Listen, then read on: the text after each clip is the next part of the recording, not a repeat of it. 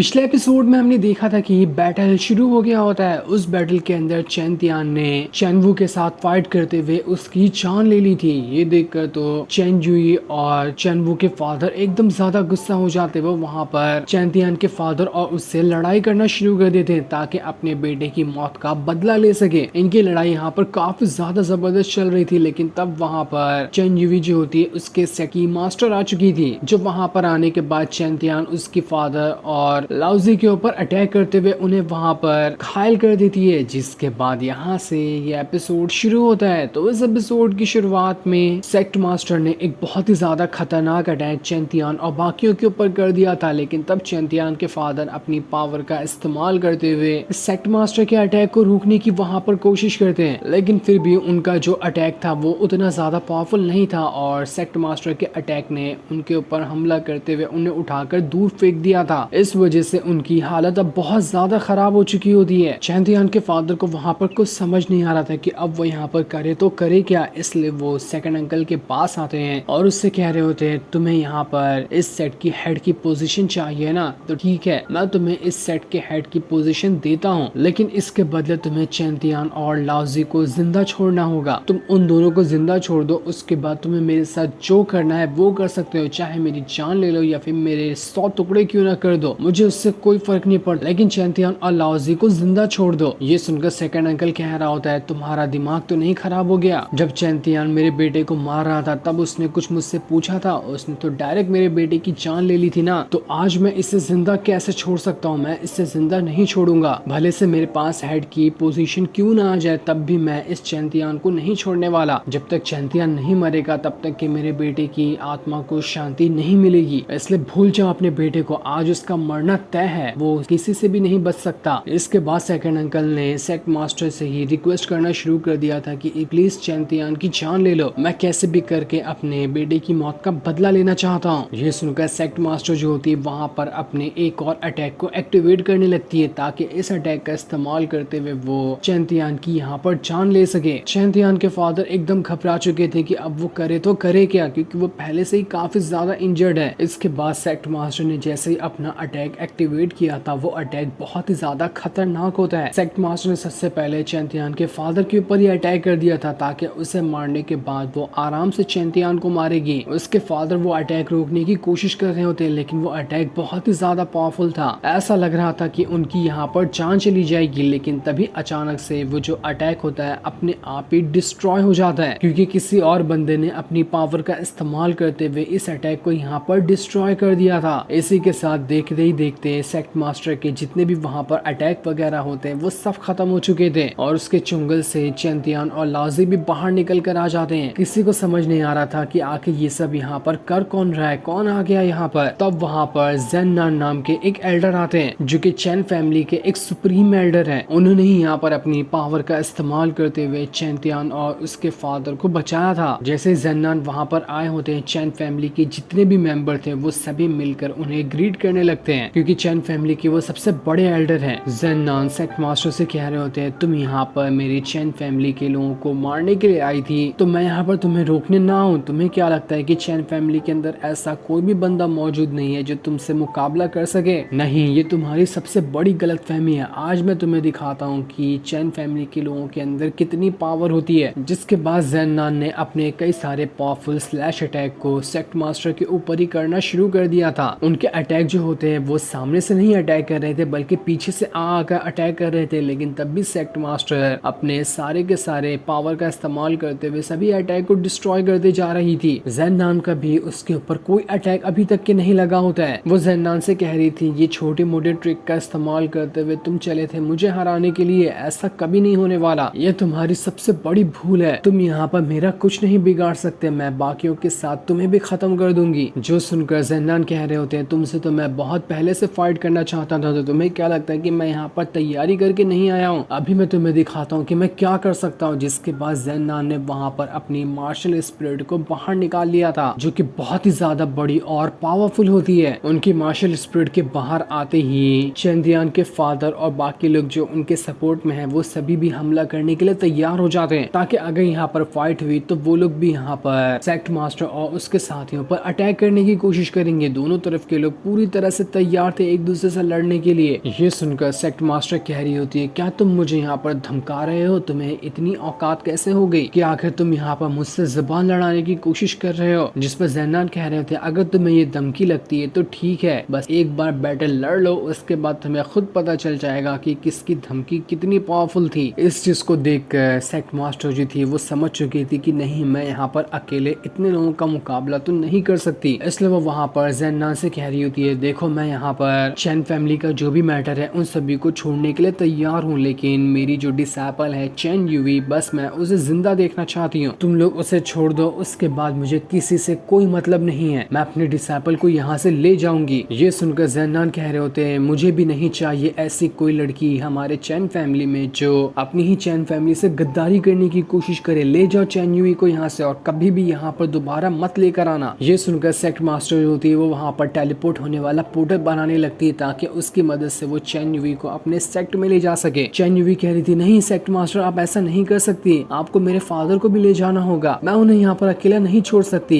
Second uncle sect master से कहता, आप ऐसा कैसे कर सकती हैं? आपने वादा किया था ना कि आप सभी को खत्म करके हम दोनों को बचा लेंगे, तो आप यहाँ पर अपने वादे से नहीं मुकर सकती। तब ये सुनकर सेक्ट मास्टर जो होती है वो चैन यूवी से कह रही होती है, सिचुएशन अब मेरे हाथ से बाहर निकल चुकी है, मैं कुछ नहीं कर सकती, मैं तुम्हें सिर्फ इसलिए बचा कर ले जा रही हूँ ताकि तुम्हें मैं अपने सेक्ट में पावरफुल बना सकूं। उसके बाद तुम जब पावरफुल हो जाओगे तब रिटर्न आना चैंतियान और बाकियों से अपना बदला लेने के लिए। जिसके बाद ज़ेनान जो होते हैं वो चैंतियान के फादर से कह रहे होते हैं, जाओ और हमारी फैमिली के रूल के हिसाब से इस सेकंड अंकल की जान ले लो, हमारी फैमिली से जो गद्दारी करने की कोशिश करेगा उसको मरना ही पड़ेगा। इसलिए चैंतियान के फादर सेकंड अंकल के पास आते हैं और उससे कह रहे होते हैं, मेरे भाई बस एक बार मुझसे माफी मांग ले कि नहीं, जो भी तुझसे हुआ वो सब अनजाने में हुआ, मैं तुझे जिंदा छोड़ दूंगा। लेकिन सेकंड अंकल तो सुनने के लिए तैयार ही नहीं था। वो वहाँ पर चैंतियान के फादर को ही गालियां दे रहा होता है कि तू एक नंबर का कायर है, तेरे से कुछ नहीं हो सकता, मैं लिख के देता हूँ कि कुछ ही दिनों के अंदर ये चैन फैमिली पूरी तरह से बर्बाद हो जाएगी, तुझे मुझे मारना है ना तो मार दे, इतना टाइम पास करने की जरूरत नहीं है, लेकिन मैं कभी भी तुझसे माफी नहीं मांगूंगा। तब ये देखकर मजबूरन चैंतियान के फादर जो होते हैं अपने ही भाई की वहाँ पर जान ले लेते हैं, जो देखकर चैन यूवी एकदम ज्यादा गुस्सा हो चुकी थी। अब वो इसी चीज का बदला लेने के लिए खुद को पावरफुल बनाएगी और बाद में वापस आएगी ताकि वो चैंतियान उसके फादर और बाकी सभी से अपने फादर की मौत का बदला ले सके। वो कहती है, तुम सब ध्यान रखना, बस 1 साल से भी कम टाइम लगेगा, मैं रिटर्न आऊंगी यहाँ पर और एक एक करते हुए सभी को चुन चुन कर मार दूंगी, मेरे हाथों से ही चैन फैमिली का सर्वनाश होगा। इस चीज की मैं यहाँ पर आज सबके सामने कसम खाती हूँ। जिसके बाद सेक्ट मास्टर जो होती है वो चैन यूवी को लेकर वहाँ से चली जाती है। उसके जाने के बाद चैंतियान जो होता है वो खुद से वादा कर लेता है कि ये चैन यूवी आ जाए या 1 साल बाद क्यों ना है, चाहे कुछ भी क्यों ना हो जाए, मैं अपनी चैन फैमिली को बचाऊंगा और उसके ऊपर एक आंच तक नहीं आने दूंगा, चाहे मेरी इसमें जान ही क्यों। अब वहाँ पर वो एल्डर भी आ जाते हैं जो चैंतियान के फादर के पास आकर कह रहे होते हैं, चैंतियान के फादर मुझे माफ कर देना, मैं इस सेट का एल्डर होने के नाते चैंतियान के खिलाफ जा चुका था, वो भी सिर्फ सेकंड अंकल की बातों में आकर। उसने मुझे लालच दिया था कि वो मुझे बहुत ज्यादा पावर और पैसा देगा, इसलिए मैंने उसकी बातों में आकर चैंतियान के खिलाफ जाने की कोशिश की। मुझे उम्मीद है कि तुम मुझे यहाँ पर माफ कर दोगे, मुझे पता है मुझसे बहुत बड़ी गलती हो गई और मुझे ऐसा बिल्कुल भी नहीं करना चाहिए था। तुम चैन फैमिली के एक सच्चे लीडर बनने के लायक हो और मुझे पूरी उम्मीद है कि तुम अच्छी तरह से चैन फैमिली को चलाओगे। मैंने जो काम किया है उसके लिए माफी बनती ही नहीं है, इसलिए मैं यहाँ पर खुद की जान देने के लिए तैयार हूँ। जिसके बाद वो जो एल्डर होते हैं वो अपनी पावर का इस्तेमाल करते हुए खुद ही की वहाँ पर जान ले लेते हैं, जो देखकर तो